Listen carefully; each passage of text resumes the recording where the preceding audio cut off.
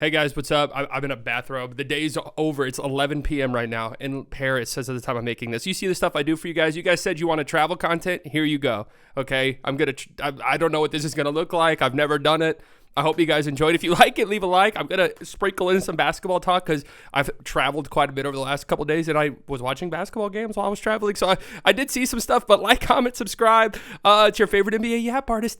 Global international superstar. Guys, here was me right before takeoff at Dallas Fort Worth Airport. You see the joy. I had to get a picture with this, guys, because you know we're spreading so much joy this NBA season, and the Dallas Mavericks are spreading joy to everybody that they play. This was hours before they lost to the Memphis Grizzlies. Of course, Joy Morant didn't play, but Santa Aldama, I call him that because how much joy he's spreading. Contavious Caldwell Hope, Jalen Swells, Zach Gleedy, Climax Prosper, John Concharm, Gigi Gladson, Vince Thrilliums, they all had a great time. Folks, here's what the setup on the flight was looking like. Had the Mavs game on, almost got kicked off the plane because they thought I was basically putting in a bomb threat with all the bricks. Here was what the food was looking like. Chicken meatballs, some type of couscous. It was actually quite tasty with a little pretzel bun.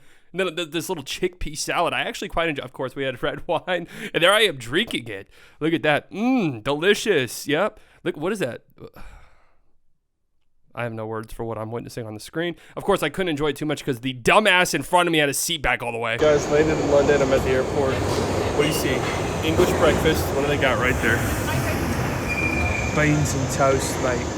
Let's get on the train. Guys, I'm here in Europe, in London to be exact. Beautiful London, Kew Gardens.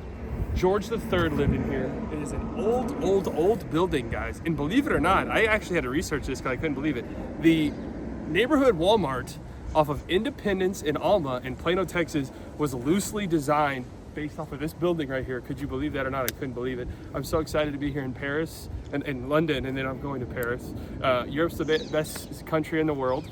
My goals this week, I want to drink some wine, smoke some cigarettes, drink some wine and smoke some cigarettes at the same time, and I'm just gonna act like an American.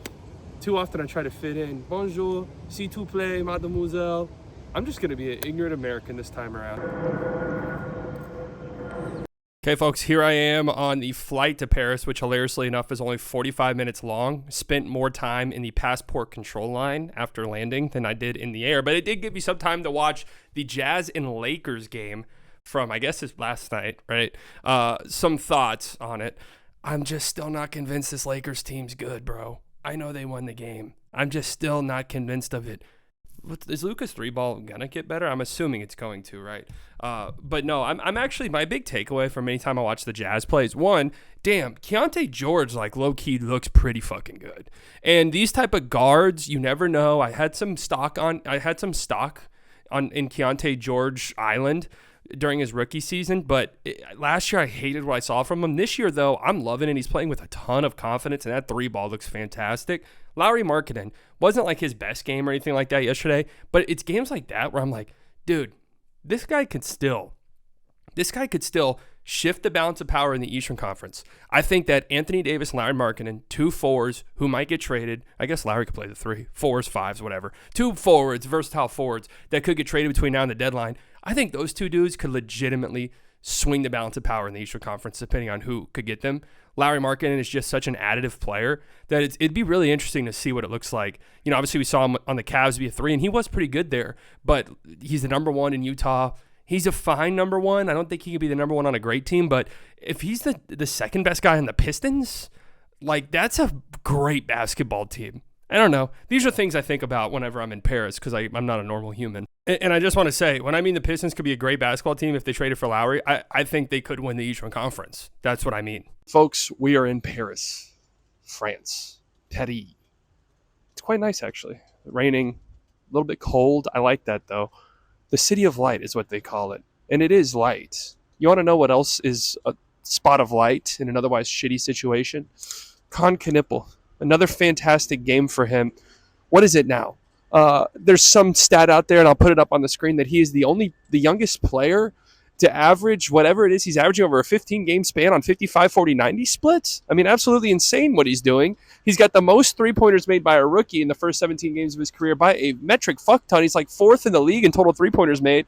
I'm telling you guys, I don't know what we're witnessing with him. Okay, I have no clue. Now it is raining and it smells a little shitty outside. I gotta be real with Paris. It smells a little shit outside. You know what else smells shitty?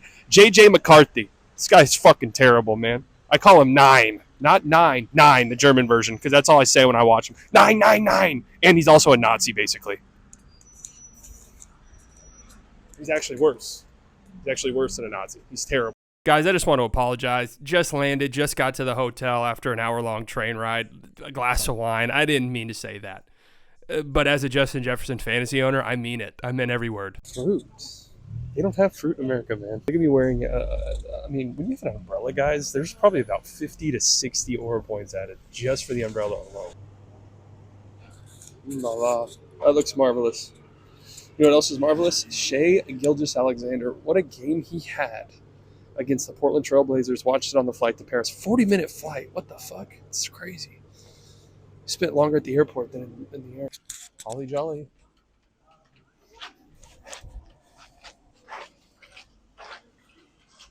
No one would ever know I'm American. Si souple, bonjour. Quite disappointing that the lights aren't on, the Christmas lights. Don't know why. Yeah, they call it the city of light, but it's kind of dark.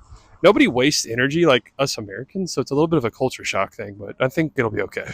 Guys, look how cool just random buildings look. I mean, I just had to aura farm in front of it for just a second. The architecture is just so awesome in Europe, right? There, my phone died, so unfortunately no more videos, but there I am drinking my first beer of the night. Love it. And the lights did turn on, and I had to, dude, I kind of look like honestly, if a clothing company were to go out and pay me $2 to $5 million after this, I would not be surprised. I did find the only way they can improve their architecture. Bus driver, move that bus. There we are, back at the motherland. Look at it flashing. It's basically welcoming us in. Hey guys, just got back from exploring Paris a little bit. Got here late in the day, so didn't have a lot of time. Got some drinks and tried it out. I'm going to try out on this video. You know how much I love eating on camera. I'm going to try out this place that was recommended. I guess it's one of the most popular places in the world. McDonald's. Like to try out new foreign menu items at McDonald's, even though, guess what? I hate McDonald's. So here's a croquet. Yep. Doesn't look good, let me tell you.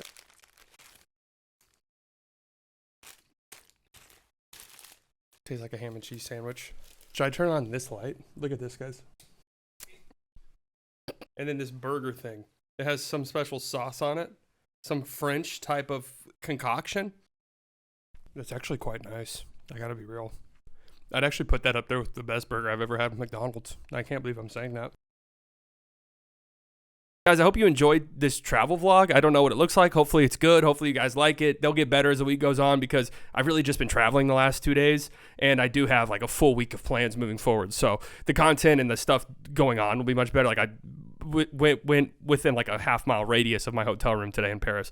So things will be much better. The audio will sound better. I know it's shit. Real quick, I want to talk about the Mavs-Grizzlies game from a couple nights ago. I know it's completely irrelevant by the time you guys are watching this, but I haven't got a chance to talk about it. Dude, I know Klay Thompson, we make fun of him all this. He is like 36% from three over the last 10 games or so on nearly 10 attempts per game. So that's getting better. I do think he's playing some better basketball, and I do think he's somebody that could get traded for, like a contender would want him.